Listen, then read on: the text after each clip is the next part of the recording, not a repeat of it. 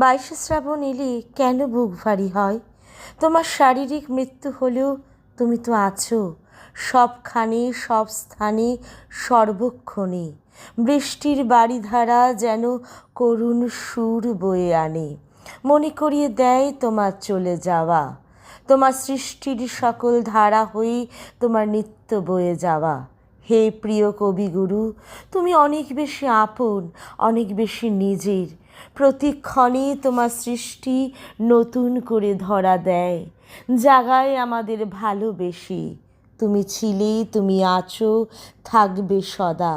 22শে শ্রাবণে তোমাকে প্রণাম। হে কবিগুরু, তোমাকে প্রণাম, তোমাকে প্রণাম।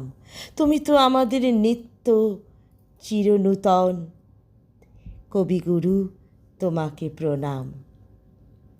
22শে শ্রাবণে তোমার প্রয়াণ দিবসে তোমাকে প্রণাম কবিগুরু, তোমাকে প্রণাম।